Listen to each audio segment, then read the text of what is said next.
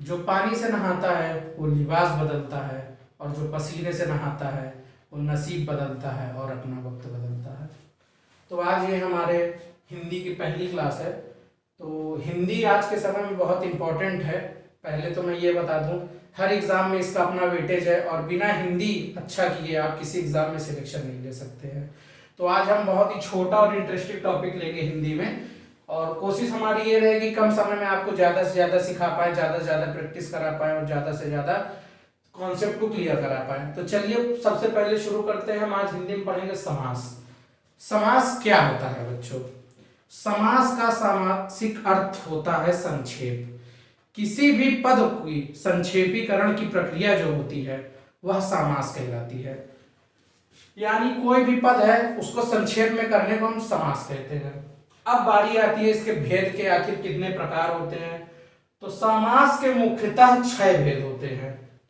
पहला भेद होता है अवयवी भाव, दूसरा भेद होता है तत्पुरुष, तीसरा भेद होता है कर्मधारय समास, चौथा होता है द्विगु समास, पांचवा होता है द्वंद्व समास, और छठा होता है बहुब्रीहि समास। अभी हम इसको डिटेल में भी पढ़ेंगे और ये भी बताएंगे कौन किसके अंतर्गत आता है। तो सबसे पहला अगर हम बात करें तो अवयवी भाव। अवयवी भाव समास क्या होता है? पहले तो जान लीजिए समास में 2 पद होते हैं। एक पूर्व पद होता है और एक जो है उत्तर पद होता है। 2 पद होते हैं। तो जो हमारा अवयवी भाव रहता है इसमें हमारा क्या होता है? पूर्व पद प्रधान होता है, और इसके अंतर्गत क्या होता है? कोई भी शब्द है अगर उसके आगे अगर उपसर्ग जुड़ा हुआ है तो वह अवयवी भाव का है। जल्दी से देखते हैं इसके कुछ एग्जाम्पल। जैसे इसका पहला एग्जाम्पल है यथाशक्ति। देखिए बच्चों, तो ये हमारा क्या है? शब्द हमारा क्या है? शक्ति, और इसके आगे क्या जुड़ा हुआ है? उपसर्ग। तो ये हमारा क्या है? अवयवी भाव समास है। एक और जल्दी से उदाहरण लेते हैं हम, आजीवन। देखिए सभी को पता है जीवन क्या है? एक शब्द है, और इसमें उपसर्ग क्या जुड़ा हुआ है? आ जुड़ा हुआ है। तो ये हमारा क्या है? अवयवी भाव समास। अब बारी आती है तत्पुरुष समास। तत्पुरुष समास जानने के पहले मैं ये बता दूं कि कर्मधारय और द्विगु दोनों ही तत्पुरुष समास के ही भेद हैं। तत्पुरुष समास के अंतर्गत भी 2 भेद होते हैं, समानाधिकरण, व्यधिकरण।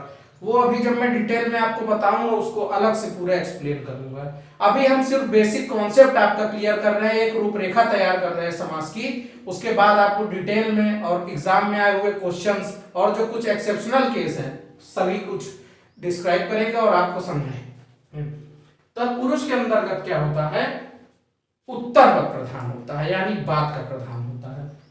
और तत्पुरुष समास में क्या होता है? कारक के अंदर जो हमारे होते हैं, जो कारक चिन्ह होते हैं, आपने पढ़ा होगा कर्ता ने कर्म को करण से, के द्वारा, अधिकरण में, पेपर।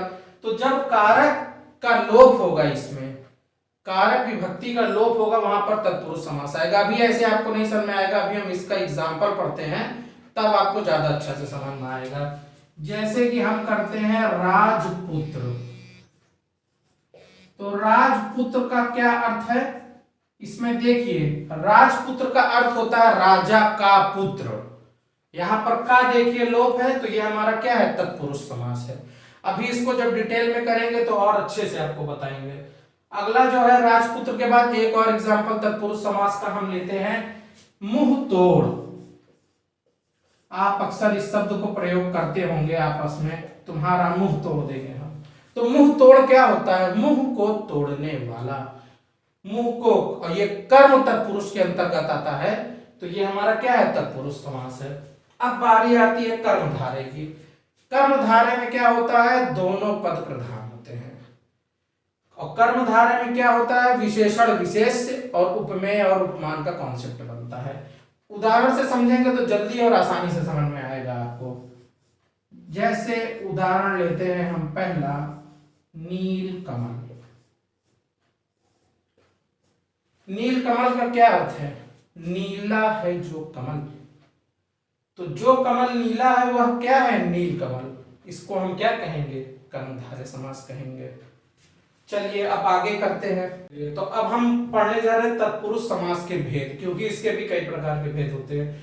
तत्पुरुष समास को भी दो आधार पर बांटा गया है। पहला होता है व्यधिकरण और दूसरा होता है समानाधिकरण। व्यधिकरण का मतलब होता है जिसके आधार अलग हो, भिन्न आधार वाले समास। और समानाधिकरण का मतलब होता है जिसके समान श्रेणी हो या समान आधार हो, ऐसे समास। तो समानाधिकरण के अंतर्गत द्विगु और कर्मधारय समास आते हैं।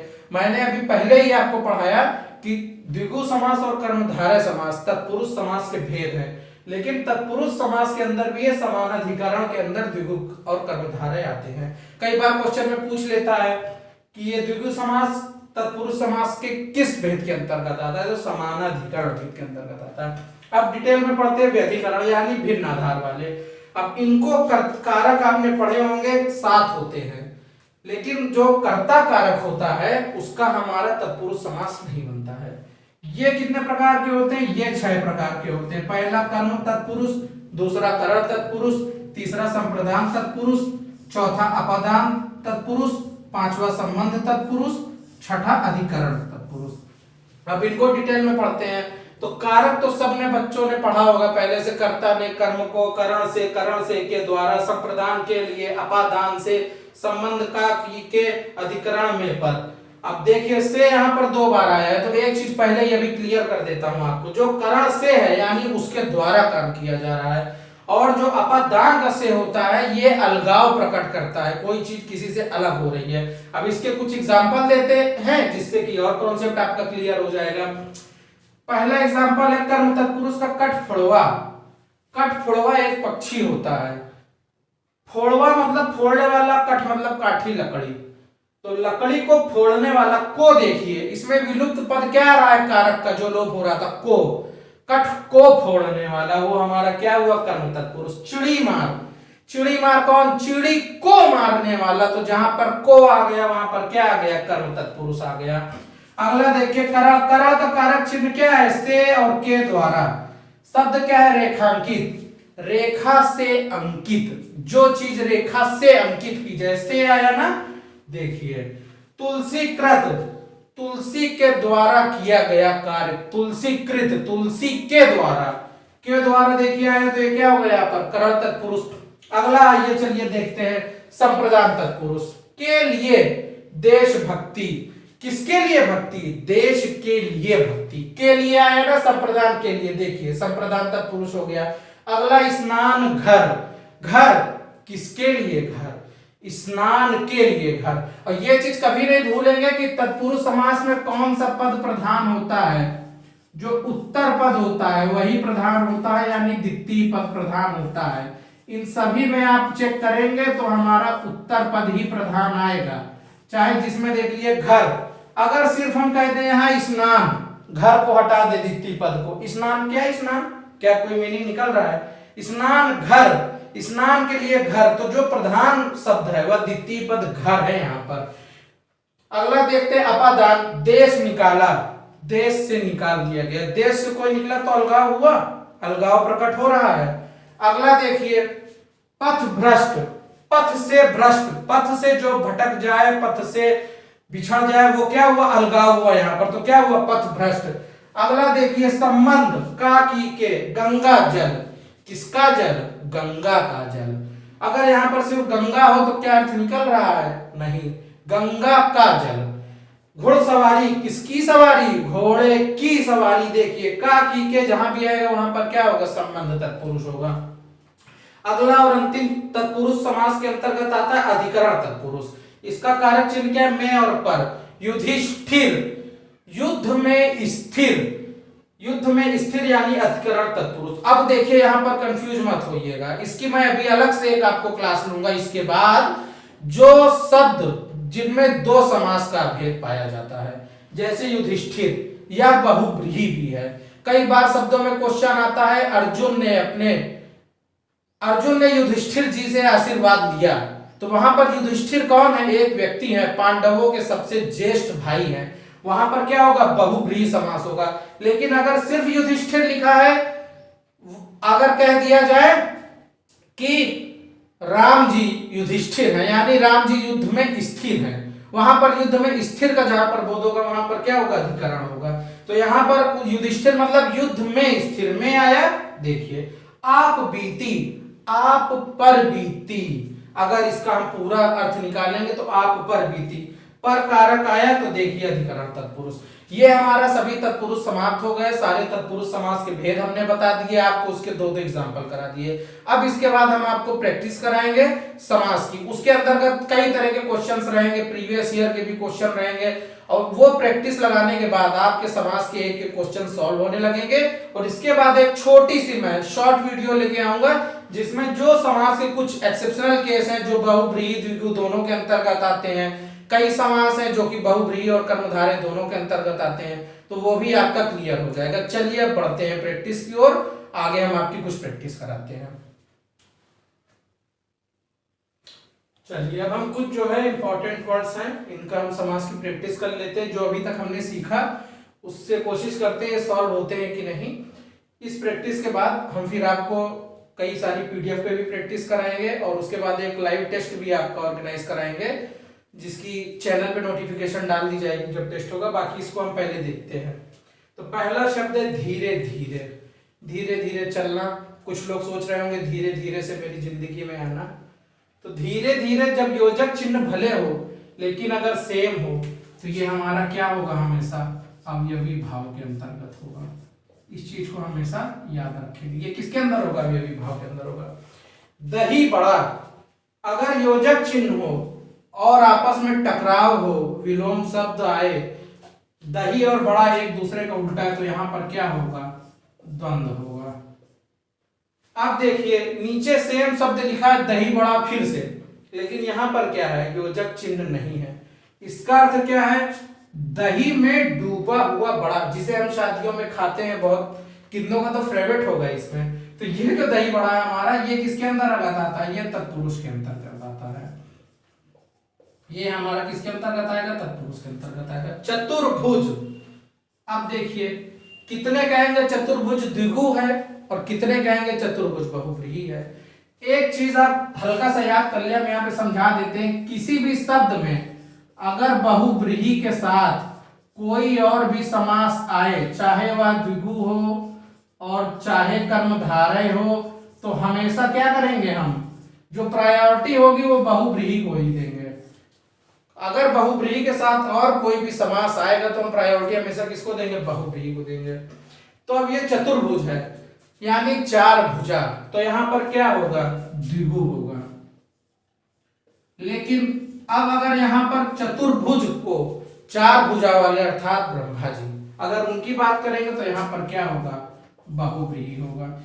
इस तरह के में ढेर सारे वर्ड हैं, कुछ गिने चुने वर्ड है, ले दे के मुश्किल से 20 वर्ड है जो एग्जाम में बार बार पूछे जाते हैं और बच्चा कंफ्यूज होता है कि किसको प्रायोरिटी देनी है। उसको मैं एक अलग से शॉर्ट वीडियो में बता दूंगा, सारा कंफ्यूजन आपका दूर हो जाएगा। तो अगर द्विगु ऑप्शन में दिया हुआ है और बहुब्रीहि भी दिया हुआ है तो आप हमेशा बहुब्रीहि को टिक करेंगे। लेकिन अगर बहुब्रीहि नहीं दिया हुआ है वहां पर और सिर्फ द्विगु दिया हुआ है तो आप द्विगु को लगा देंगे, बहुब्रीहि नहीं ढूंढेंगे वहां पर। चलिए अन्न जल की बात आती है। योजक चिन्ह है और आपस में एक दूसरे के क्या है, विरोधाभास, विलोम शब्द टाइप प्रतीत हो रहे हैं, तो यहां पर क्या होगा, हमारा द्वंद्व हो जाएगा। चलिए अगला आता है चक्रधर, चक्र को धारण करने वाला। तो चक्र किनके हाथ में है, सबने देखा होगा विष्णु जी के हाथ में। तो यहाँ पर चक्रधर से अर्थात क्या है, विष्णु जी से है, और यहाँ पर क्या होगा, बहुब्रीहि समास होगा।